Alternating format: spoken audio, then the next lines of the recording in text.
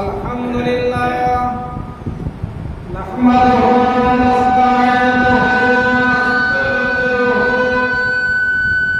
ওয়া নু'মিনু বিহি ওয়া নাতাওয়াক্কালু আলাইহি ওয়া না'উযু বিল্লাহি মিন শুরুরি আনফুসিনা ওয়া মিন সাইয়্যাতি আ'মালিনা من يهده الله فلا مضل له ومن يضلل فلا هادي له واشهد ان لا اله الا الله وحده لا شريك له واشهد ان محمدا عبده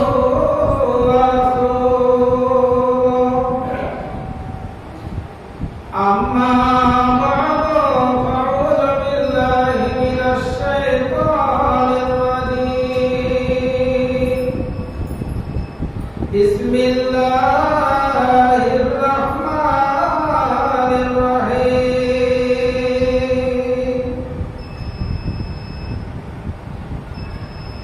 وما كان الله ليعذبهم وأنت فيهم وما كان الله معذبهم وهم يستغفرون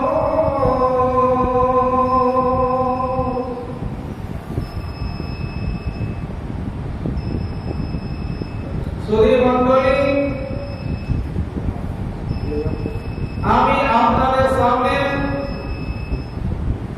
কোরআন মাজিদের একটি সুপরিচিত সূরা, যে সূরাটির নাম হলো সূরাতুল আনফাল। সে সূরার ভিতর থেকে একটি ছোট্ট মতো আয়াত পরিবেশন করেছি। আল্লাহ রাব্বুল আলামিন সেই আয়াতটির দ্বারা আমাদেরকে কি বলতে চান, কি শিক্ষা দিতে চান, তার আপনাদের সামনে রমজান মাসের শেষ জুমার দিন কিছু আলোচনা করব মনে করেছি। আমা তৌফিকি ইল্লা বিল্লাহ।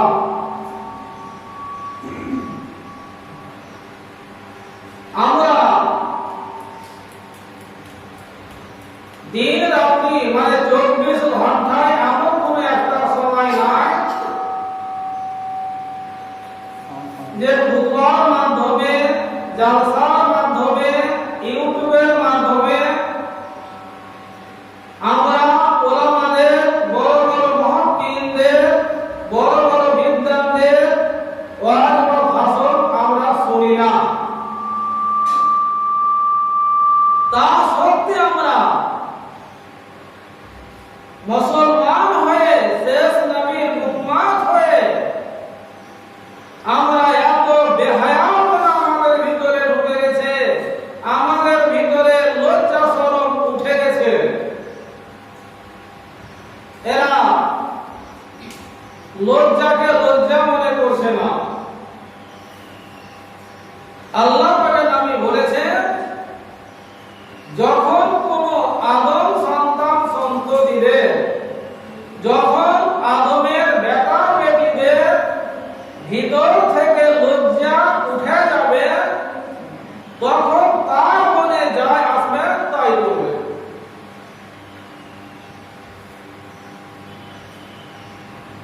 সুবহানাল্লাহ। এই কথাটা নবীজি আমার বলে গেছেন মোটামুটি 1450 বছর আগে। সে কথাটা বর্তমানে হুবহু একেবারে মিলিয়ে যাচ্ছে।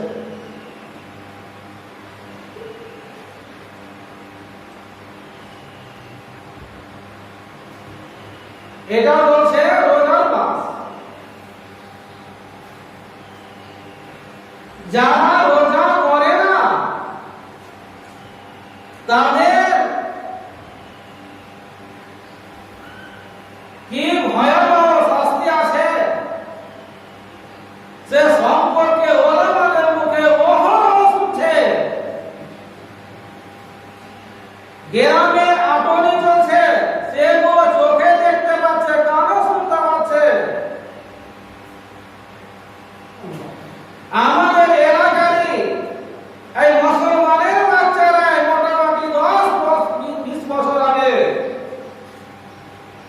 তারাও মেলার মজা করেনি, বাড়ির ভিতরে লুকিয়ে খেয়ে নিয়েছে, পানিতে ডুব মেরে পানি খেয়ে নিয়েছে, তারপরে বেরিয়ে বেড়েছে রোজার মতন হয়ে। ওই মুসলমানের বাচ্চারা বর্তমানে বাড়িতে অলিতে গলিতে পাড়াতে গ্রামে গঞ্জে মানুষের সামনে মুখে বিমান ভরে কিটির কিটির করে চালাচ্ছে আর পিট পিট করে থুতু ফেলছে। আলেম ওলামাকে দেখে কোনো লজ্জা লাগে না।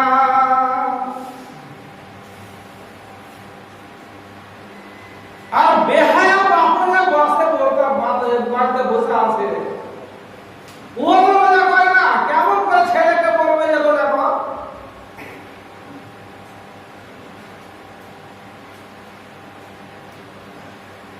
কত বেহায়াপনা আমাদের ভিতরে ঢুকে গেছে।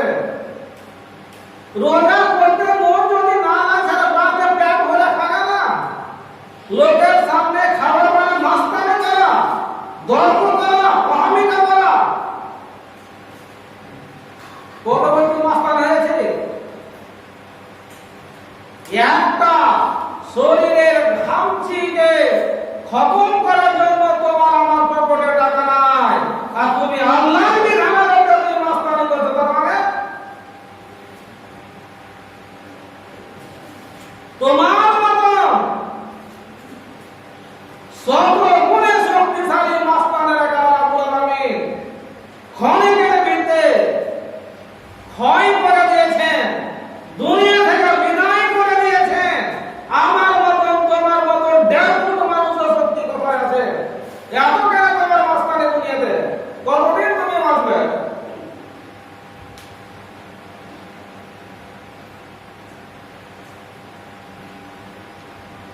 এই ব্যাপারে এই ধরনের ঘটনাতে একজন আলেমে দ্বীন, উনি একজন বক্তা ছিলেন সুযোগে, ওনার একটা বক্তব্যের বই আছে, সেই বইয়ে লেখা আছে যে অনেকদিন আগেকার কথা, মানে আমার নবী সাহেবের আগেকার কথা। সে যুগের রোজা ফরজ ছিল, ওই রোজার মাসে কিংবা ওই রোজার দিনে ওই একটা ইহুদি ছেলে মানুষের সামনে খাচ্ছে আর বেরিয়ে বেড়াচ্ছে।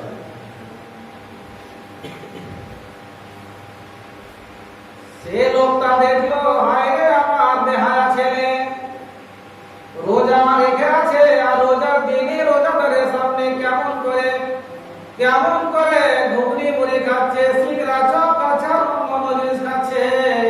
এ তো আর সহ্য করা যাচ্ছে না।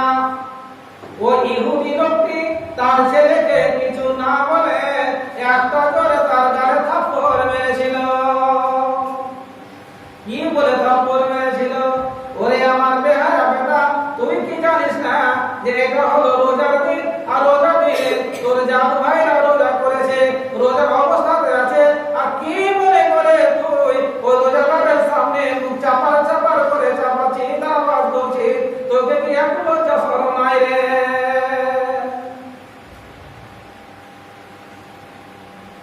ওই বইটাতে লেখা আছে। ওই কারণে ওই ইহুদি লোকটাকে তার যে কিছু গুনাহগার ছিল, তার গুনাহ আল্লাহ ক্ষমা করে দিয়েছিলেন। কোন কাজে, কোন নেকিতে, কোন ইবাদতে কি যে আল্লাহ পাক আমাদের উপর রহম করবেন, দয়া করবেন, কেউ জানে না। যেমন একটা প্রকাশ্য হাদিস আমাদের সামনে বলছি, হাদিসটি বুখারী শরীফে আছে। আল্লাহর নবী বলেছেন যে তোমাদের আগেকার কথা, তোমাদের আগেকার কথা,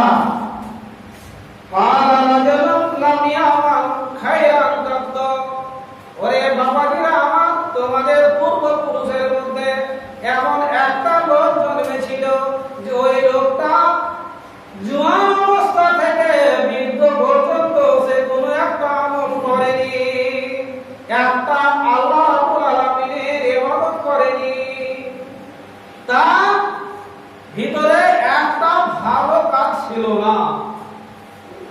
এটা বুখারী শরীফের হাদিস বলছে আপনাদেরকে।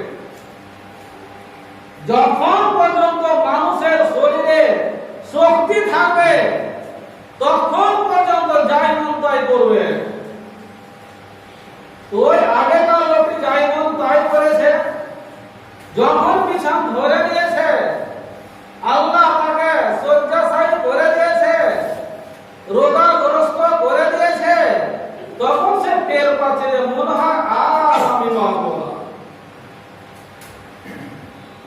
তখন তার খেয়াল হচ্ছে আরে আমি তো আল্লাহর দাস, আল্লাহর বান্দা, আল্লাহ আমাকে দুনিয়াতে কেন পাঠাচ্ছেন আমি তো জানতে পারছি, কিন্তু আমার দ্বারা তো ভালো কাজ হয়নি। আর এখন যদি ভালো কাজ করবো বলছি তো শুয়ে শুয়ে তো আমার কোনো কাজ হবে না, শুয়ে আছি তো উঠে বসতে পারি না, দাঁড়াতে পারি না, আমি কি করে কি করবো? এই ভাবে ভাবতে ভাবতে তার ছেলেগুলোকে ডাকছে, তার ছেলেগুলোকে ডাকছে আর বলছে লে আহলি ফালাম্মা হাদারাহুল মাউত। তার পরিবার বর্গকে ডাকছে আর বলছে ওরে আমার ছেলেরা তোমরা কান করে শুনে নাও, আমি তোমাদের বাপ বলছি, আমি যখনই দুনিয়াতে তোমাদের সাথে ওঠা বসা করলাম তোমাদের জন্য না করে টাকা পয়সা চিন্তায় ভাগবাড়ি করে খাওয়ালাম, তোমাদের জন্য জমি জায়গা ঘর বাড়ি সব করলাম, কিন্তু আমি নিজে ভালো কাজ করিনি বাবারে। আর এখন আমার ভালো কাজ করার শক্তিও নাই। তো তোমরা শুনে রাখো, যখন আমি মারা যাব, যখন আমার মৃত্যু হয়ে যাবে, তখন তোমরা আমাকে মাটিতে কবর দিও না, তখন আমাকে মাটিতে ঢেকে দিও না, কারণ আমাকে মাটিতে যদি ঢেকে দাও তাহলে তো ব্যাপার গুরুতর আছে। এই জন্য তোমাদেরকে আমি বলছি বাবারে তোমরা আমাকে আগুনে পুড়িয়ে দিও, আগুনে পুড়িয়ে দিও।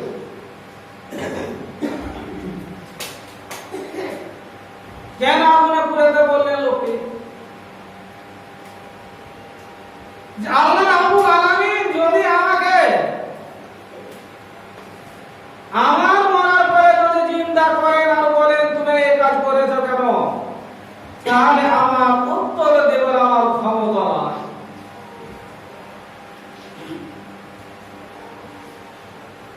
আল্লাহ রাব্বুল আলামিনের রাসূল বলেছেন যে 5টা জিনিস সম্পর্কে আল্লাহ জিজ্ঞাসা করবেন কাল কিয়ামতের মাঠে। তার ভিতরে হলো একটা বয়স সম্পর্কে। তোমাকে এতদিন বয়স দিলাম, এই বয়সে তুমি কতটা আমার কাজ করেছো হিসাব দাও, হিসাব দিয়ে তুমি পার হও। তা আমি আল্লাহকে কি বলে কি করে হিসাব দিব আমার ক্ষমতা নাই বেটারা। তো যখনই আমি মারা যাব তোমরা আমাকে আগুনে পুড়িয়ে এমন করে পুড়াবে যেন আমার হাড্ডি গুলো যেন হাড্ডি না থাকে ছাই হয়ে যায়। তারপরে তোমরা ক্ষান্ত হয়ে না, কি করবে?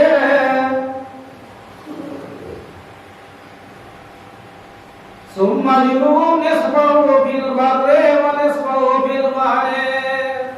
ওরে আমার ছেলেরা, যখন আমাকে তোমরা পুড়িয়ে ছাই করে দিবে, যতটা ছাই হবে তার অর্ধেক ছাইটা তার অর্ধেক ছাইটা তোমরা হাওয়াতে উড়িয়ে দিবে। হাওয়াতে উড়ে কোথায় চলে যাবে, আর অর্ধেকটা ছাই তোমরা দরিয়ায় ফেলে দিবে। দরিয়া তো কম পানি না, কতটা পানিটা ভেঙে যাবে, কতটা কুঁঠা যাবে, কতটা পানি ডপ করে গিলে দিবে, বাস ছাই ক্ষত। আল্লাহ আমাকে খুঁজে পাবে, আল্লাহ আমাকে খুঁজে পাবে না, হিসাব হবে না।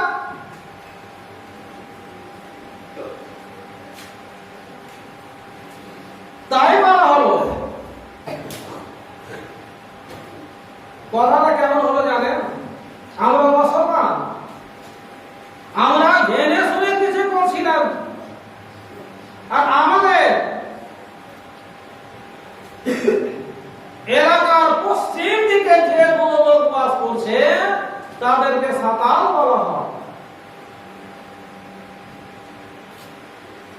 সাতাল মেরে একটা আমার আব্বাজান আর মুজিবুরের আব্বাজান একটা বোরের গাছ নিয়েছিলেন। তো বোরের গাছ কাটতে কাটতে একটা মোটা ডাল ওই সাতালের বাড়িতে পড়ে কয়েকখানি ডালি ভেঙে গেল। তো সাতালি বলছে তুই টাইটা ভাঙলি কেন? এত ধর করে বুঝা যায় বাবা পড়ে গেল তো মিত্রটা আচ্ছা বুঝলাম তো যে ডাক্তার পড়ে গেছে, তো ভাঙলি কেন আমার এটা টাইটা বল। তো সে সাতাল জবরদস্তি করে সে সস্তা যুগে 200 টাকা ফাইন করেছিল আমার আব্বাজানকে। আমার আব্বাজান বলেছিলেন বন্ধু টাকা নিলে কিন্তু ওই দুনিয়াতে দেখে নেবো। সাতাল কি বোঝে জানে? দূর বন্ধু সেখানে পাবি দিবি দলি।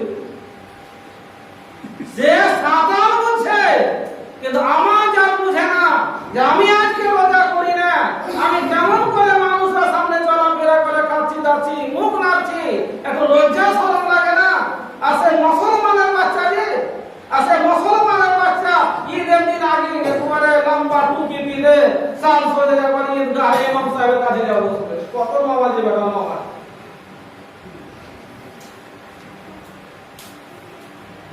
নবীজি আমার জলগম্ভীর স্বরে বলেছেন, ওরে আমার উম্মত বর্বরা, সে জাহিলাতের যুগে দুটি খুশির দিন ছিল, আনন্দের দিন ছিল। নবীজি আমার যখন মক্কা থেকে মদিনা চলে গেলেন, আল্লাহ রাব্বুল আলামিন ওই জাহিলাতের যুগে দুটি খুশির দিনের বদলে দুটি খুশির দিন দিলেন। একটি হলো ঈদুল ফিতরের দিন, একটা হলো কুরবানির দিন। তো ঈদের দিন, ঈদটা কার জন্য? একজন আরবি কবি বলছেন, লাইসাল ঈদ লাইসাল ঈদ লিমান লাবসাল জাদিদ ইন্নামাল ঈদ লিমান খাফা ওয়াইদ। একজন কবি আক্ষেপ করে বলছেন, ওরে মুসলমানের বাচ্চারা, তোমরা যে ঈদ পড়তে এসেছো, তোমরা ঈদ পড়তে আসার আগে ঈদের কাজ করেছো কি না করেছো ভালো করে তোমরা শুনে নাও। লাইসাল ঈদ লিমান লাবসাল জাদিদ, যারা ঈদের দিন ভালো ভালো পোশাক পরিধান করে, ভালো ভালো সেন পরিধান করে, সেনকে ব্যবহার করে, ভালো ভালো কাপড় চোপড় পরিধান করে, ভালো করে সজ্জিত হয়ে ঈদগাহের ময়দানে যায়, কবি বলছেন তার জন্য আসলে ঈদ নয়। যারা রোজা করে তো বলবেন যেটা কত কাপড় নিয়েছে, ওই যে বাজারে সেরা কাপড় নিয়েছি ঈদের দিন কিনবো, মনে হচ্ছে ঈদও পাপের ঈদ। ঈদটা কাপড় সেটাই বোঝে না, রোজা নেই নামাজ নেই, ঈদের বেলা খুব।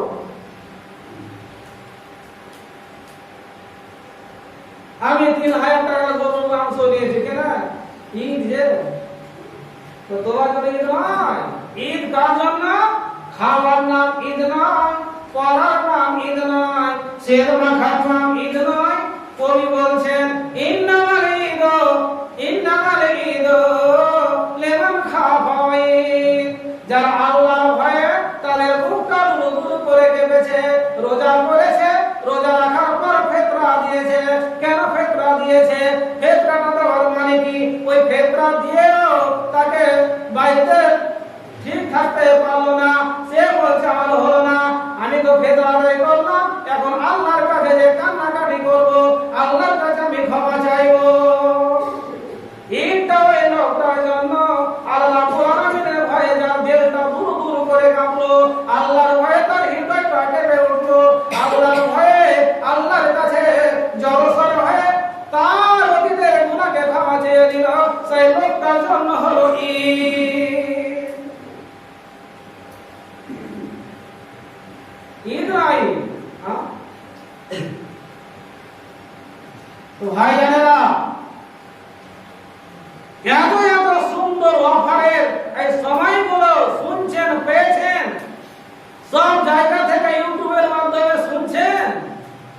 কতদিন অন্ধ হয়ে থাকবেন? অন্য কাজে তো অন্ধ হন না। যেমন বর্তমানে দেখে রাজনীতি যুগে ভোটের ব্যাপার নিয়ে যে নমাজ সুদা ছেড়ে দিয়েছে।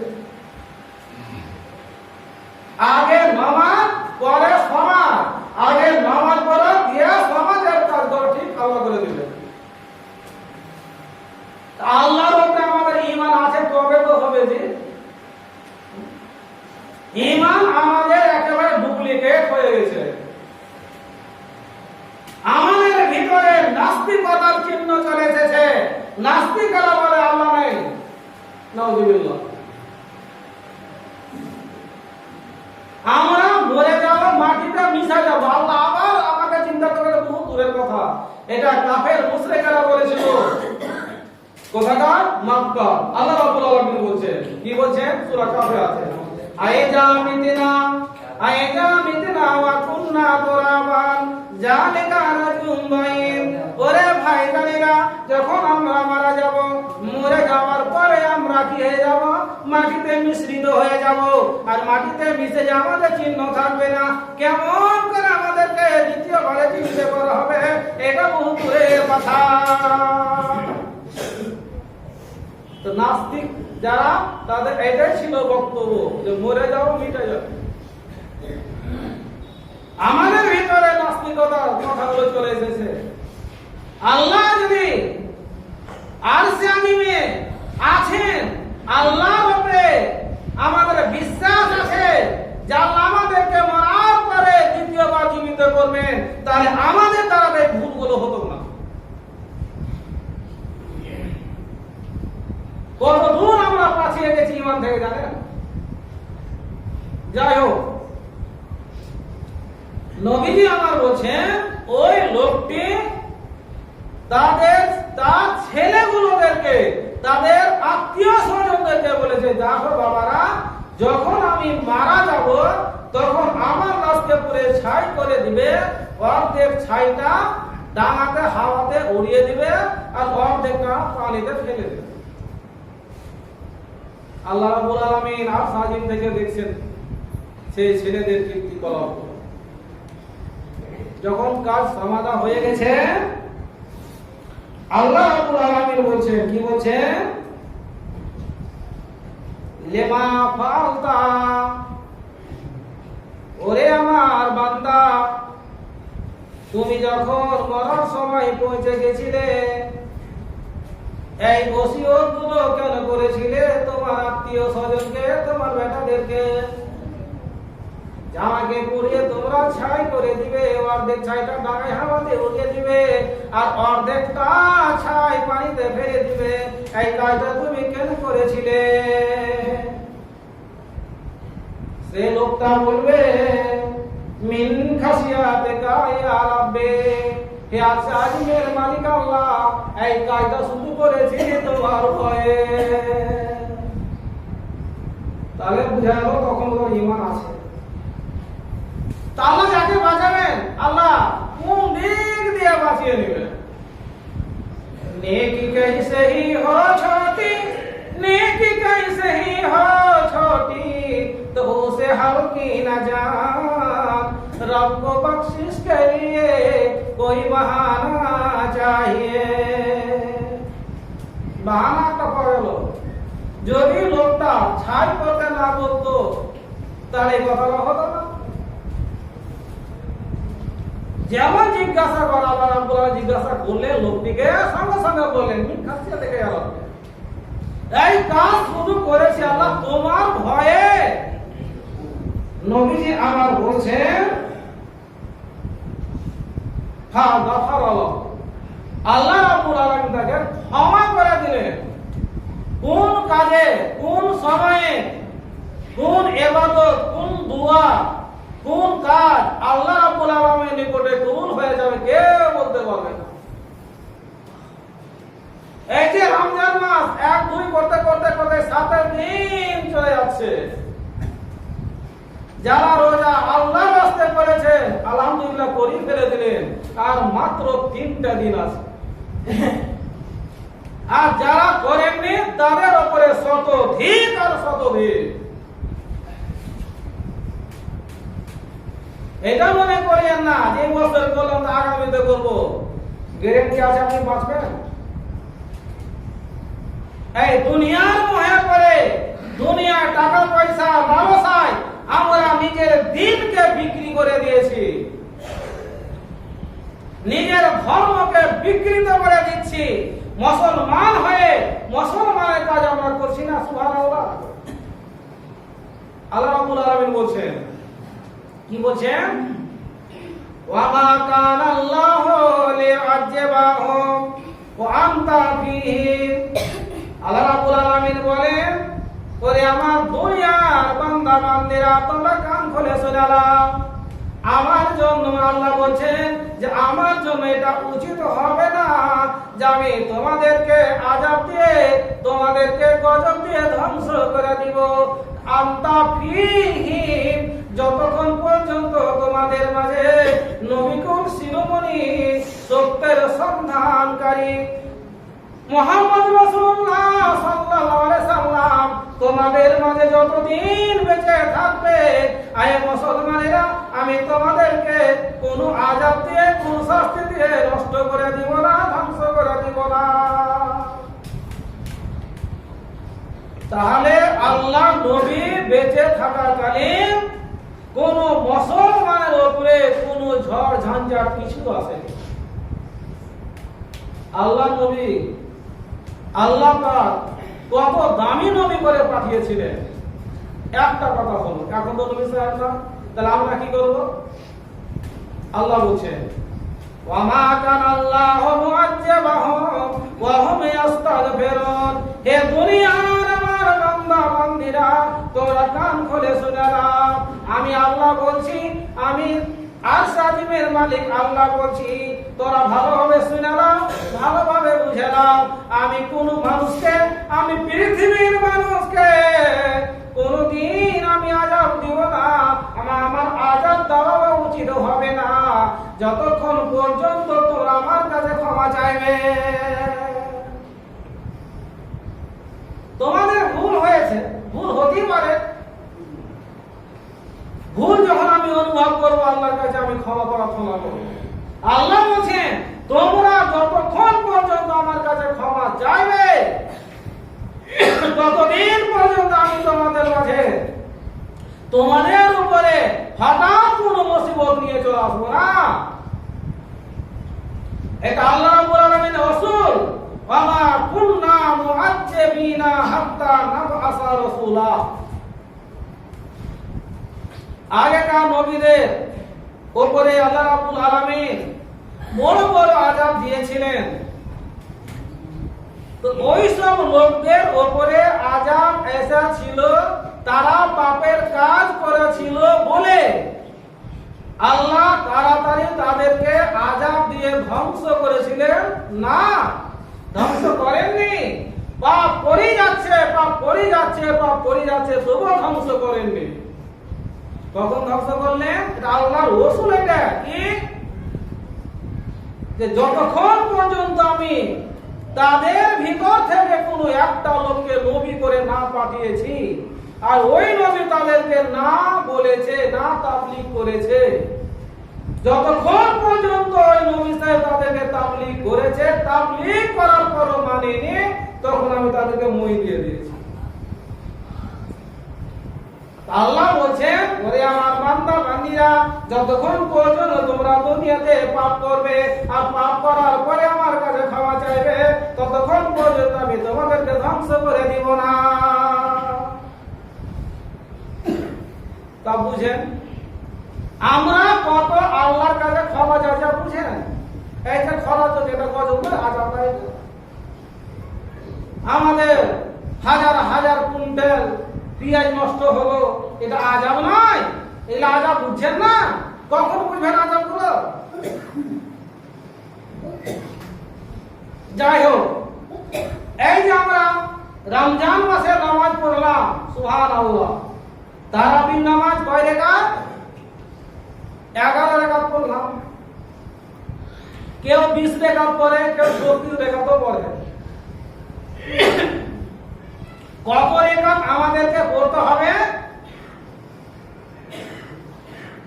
নবী করিম সাল্লাল্লাহু আলাইহি সাল্লামের একজন স্ত্রী উম্মাহাতুল মুমিনিনের ভিতরে একজন মা আয়েশা সিদ্দিকা রাদিয়াল্লাহু তাআলা আনহা বলছেন, কি বলছেন? মা কানা রাসূলুল্লাহ সাল্লাল্লাহু আলাইহি সাল্লাম ইয়াজিদু ফি রমজানা ওয়ালা ফি গায়রিহি। নবীজি আমার রমজান মাসে কিংবা অন্য মাসে আলাদা আসারা রাকাত 11 রাকাতের বেশি নামাজ পড়েননি। রমজান মাসে কিংবা অন্যান্য মাসে আল্লাহ পাকের নবী 11 রাকাতের বেশি নামাজ পড়েননি। আর অন্য মুসলমান যাদের মধ্যে এক ধরনের মুসলমান আছে, তারা 20 রেখাত নামাজ পড়ে, 36 রেখাত নামাজ পড়ে। আর এটাও ইউটিউবের মধ্যে দেখেছি আমি, একজন আলেম দিন, বহুত বড় আলেম, আমার মতো মুলবিকে পড়াবে, সেই আলেমের মধ্যেও পাওয়া যাচ্ছে কি যে কেউ যদি 20 রেখাত পড়তে, সেই হাদিসটা অত্যন্ত জয়ীফ, দুর্বল হাদিস। আল্লাহ তাকে নবী কোন আমল করেছেন, কিভাবে করেছেন, আল্লাহ নবীর স্ত্রী না জানবে তো কে জানবে? জি, একটা আরবি বই আছে উসুলে হাদিস কিতাব, কিতাবটির নাম হলো নুকবাতুল ফিকাহ। ওই কিতাবের মধ্যে লেখা আছে সাহেবুল বাইতে আদরা বিমা ফি, বাড়ির খবর বাড়ির লোকেরাই জানবে। আমার বাড়িতে আমার ছেলেদের সাথে, আমার স্ত্রীর সাথে, আমার বউয়ের সাথে, আমার জামাইয়ের সাথে আমি কি ব্যবহার করছি আপনারা জানেন? আমি জানবো, আমার বাড়ির লোকেরা জানবে। তো আল্লাহ পাকের নবী কিভাবে নামাজ পড়তেন, কয় রেখাত তারাবির নামাজ পড়তেন, সেটা আয়েশা সিদ্দিকা জানবেন বেশি না আমাদের মতো আলেম বেশি জানবে? তো যেগুলো সূত্র এসেছে, তরক এসেছে 20 রেখা 36 রেখাতে, সেগুলো হাদিস নিতান্ত জয়ীফ। আর এটা হলো আল্লাহ রসুলের আমল আর সহি হাদিস। তাহলে আমরা যে 11 রাকাত নামাজ পড়লাম, মোটামুটি আজকে 7 দিন পড়া হয়ে গেল, আর ইনশাআল্লাহ 3 দিন পড়বো। হ্যাঁ, আরেকটা কথা বলে দিই আপনাদেরকে, আল্লাহ রসুল রমজান মাসে আর অন্যান্য মাসে 11 রাকাতের বেশি পড়েননি। এখান থেকে পাওয়া যাচ্ছে যে নবীজি আমার সময়কে সামনে রেখে এই 11 রেখাতকে কিছু কম করেও করেছে। যেমন 9 রেখাতও করেছেন, 7 রেখাতও করেছেন, 5 রেখাতও করেছেন, হাদিসে পাওয়া যাচ্ছে। কিন্তু এটা কথা হাদিসে পাওয়া যায় না যে 11 রেখাতের বদলে 12 রেখাত করেছেন, 13 রেখাত করেছেন, 15 রেখাত করেছে। এটা কোন হাদিসের পাতাতে লেখা নয়, পাওয়া যায়নি। আচ্ছা, আমরা যে 11 রেখাত করে নামাজ পড়লাম, যারা পড়েছেন তারা ভালো করে হিসাবটা করবেন, আর যারা পড়েননি ওরা তো একদম সেই হিসাব থেকে মানে বাইরে। যতগুলো আমরা দোয়া পাঠ করলাম, নামাজ পড়লাম, তার নেকি আল্লাহ কতটা দিবেন আল্লাহ জানেন। আমরা বলতে পারবো না, কেউ বলতে পারবে না। কিন্তু একটা সমীক্ষা করে দেখবেন যে 11 রেখাতে আল্লাহু আকবার কয়বার পড়েছি আমি। একটা যদি আপনার ছেলের বিয়েতে বউলে আসে, আর বউটা যদি আল্লাহ ওয়ালি হয়, বলে বেটি রহিমা রে, বেটি বলে ডাকছে শাস্ত্রীতে, ডাকছে তবুও উঠতে বসতে সদা সর্বদাই মা মা, কি মা, মা খাও মা, উঠো মা, পানি লাও মা, এরকম যদি মামাই খালি বলে শাস্ত্রীকে, শাস্ত্রীদের যে কতটা বড় হবে বলেন।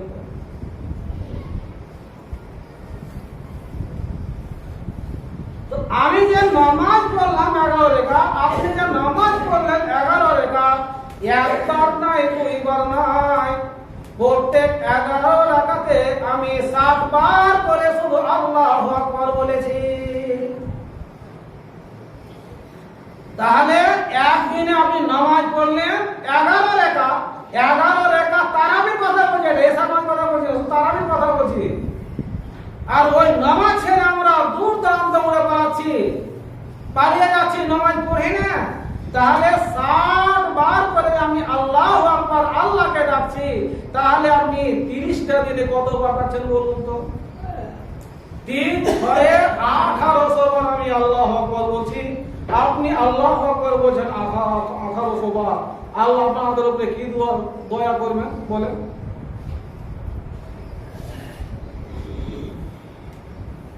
আরেকটা কথা আপনাদেরকে বলে দিই, আল্লাহ রাব্বুল আলামিন রাসূল বলেছেন, কি বলেছেন? আল্লাহ পাক বলেন, যারা আমার জন্য রোজা রাখে তার বদলা আমি দিব, কিংবা আমি নিজেই বদলা। তার মানে হলো কেমন কথা? আরব জাহানের বাদশার ভিতরে একজন বাদশা ছিলেন হারুন রশিদ বাদশা।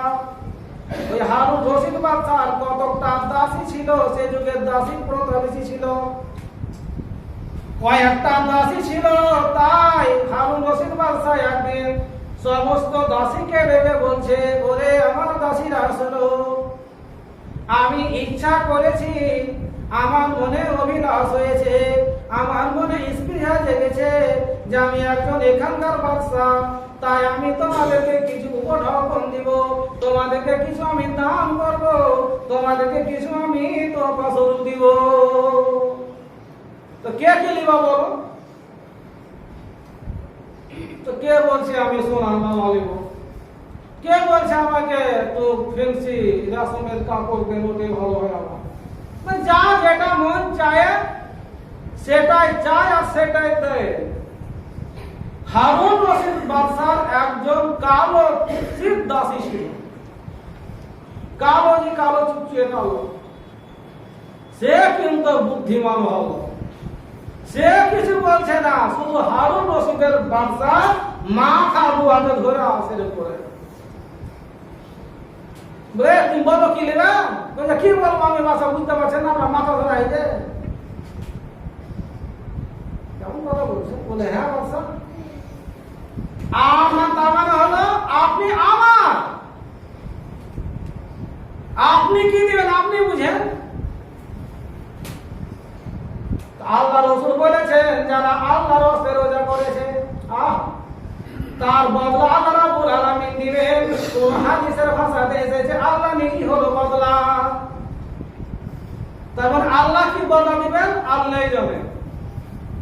তো যাদের উপরে আল্লাহ সহায় হয়ে যাবে, আল্লাহ নিজেই বদলা দিবেন, আল্লাহ নিজেই বদলা, তার কোনো কিয়ামতের মাঠে দুঃখ থাকতে পারে?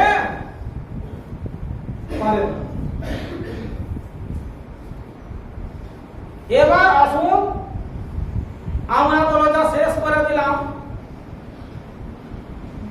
রোজার পরে আমাদেরকে ফিতরা দিতে হবে।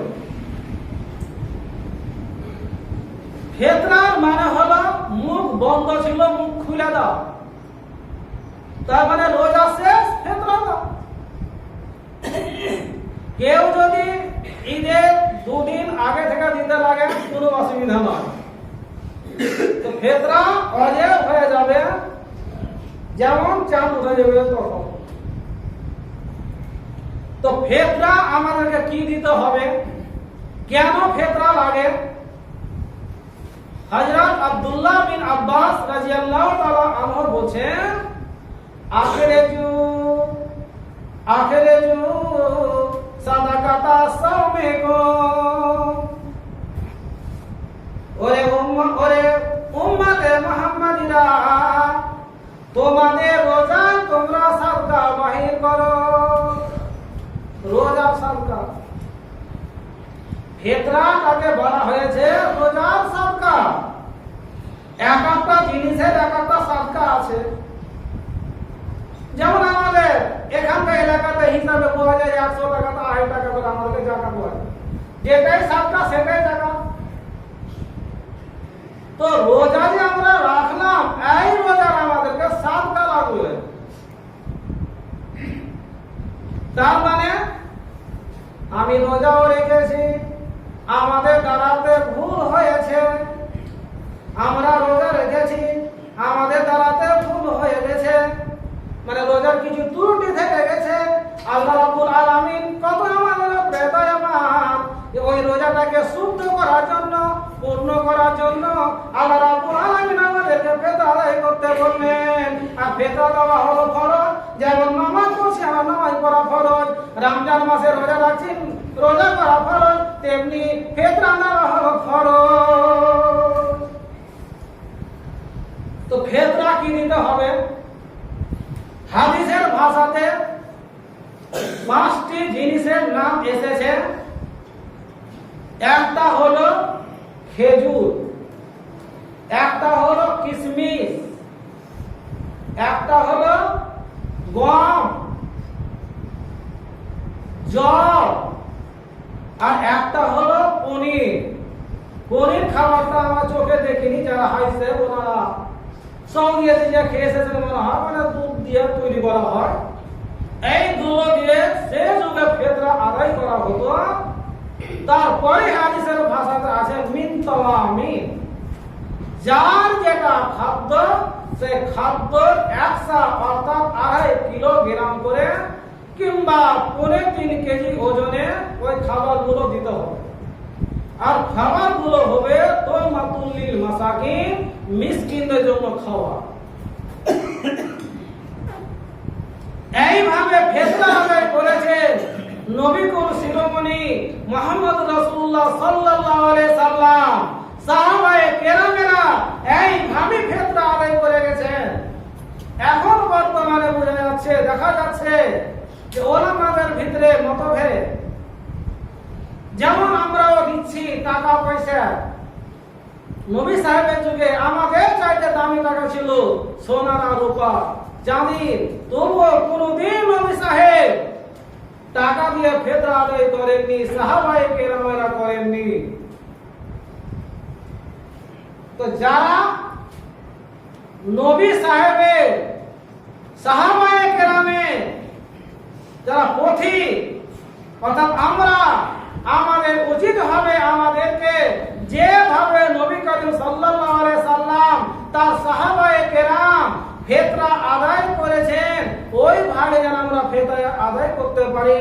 আল্লাহর কাছে আমি দোয়া করি যে আল্লাহ রাব্বুল আলামিন আমাদের সকল মুসলমানকে তোমাদের নবীর সুন্নাত অনুযায়ী, হে আল্লাহ রাব্বুল আলামিন তোমার নবী কুল শিরোমণি মুহাম্মদ রাসূলুল্লাহ সাল্লাল্লাহু আলাইহি সাল্লামের সুন্নাত অনুযায়ী আমাদেরকে সমস্ত ইবাদত এবং রমজান মাসের ফিতরা আদায় করার শক্তি দান করো। আমরা টাকা পয়সা নিচ্ছি, কত কত আলেমের ফতোয়া হলো হয়ে যাবে আলাদা কথা, কিন্তু সুন্নাত অনুযায়ী ফিতরা আদায় হবে না। ভাই জানেরা, আমরা যে যেটা খাচ্ছি সেই খাবার আমাদেরকে দিতে হবে। যে হাদিস আমি 5টা জিনিসের নাম বললাম, তারপরে কম শব্দ এসেছে। এর ব্যাখ্যা হলো এই, মনে করেন কেউ শুধু জলেরই আটা খেয়ে যাচ্ছে, আটা রুটি খাচ্ছে, আর কেউ চলের রুটি খাচ্ছে, কেউ খাবার হলো পোলাও। তো যে পোলাও খাই তো পোলাওয়ের চাল দিবে। তো আমরা তো এমন জায়গার লোক যে আমরা পোলাও খাই না, আমাদের খাবার খেজুরও নাই, পনিরও নাই, কিশমিশও নাই। যেগুলো আমরা খাচ্ছি এই খাবার থেকে আমাদেরকে প্রত্যেকটা মানুষের ছোট বড় রাখা বাদশা সবারই জন্য প্রযোজ্য 2.5 কিলোগ্রাম। আমার জন্য 2.5 কিলোগ্রাম। একটা গোটা ভারতের বাসে যদি মুসলমান হয় তার জন্য 2.5 কিলো। আমি একটা গরিব মানুষ, আমি 2.5 কিলো গম দিয়ে দেবো। আপনার মতো আমার মতো একটা ভারতবর্ষের বাদশা যদি মুসলমান হয়, সে যা খাবার খাবে ওই খাবার থেকে 2.5 কিলোগ্রাম আসবে। জন্য হাদিসের ভাষাতে এসেছে মিন তামি, খাবার থেকে তোমরা ফিতরা আদায় করো। আর ফিতরাটা হলো তোমাদের রোজা যেগুলো খান্তি থেকে যাবে সেইগুলোকে পূর্ণ করার জন্য। তাই ইবনে আব্বাস বলছেন যে আখরিজু সাদাকাতা, কি আখরিজু সাদাকাতা সামিকুম, তোমরা তোমাদের রোজার সাদকা আদায় করো। ওয়া আলাইনা ইল্লাল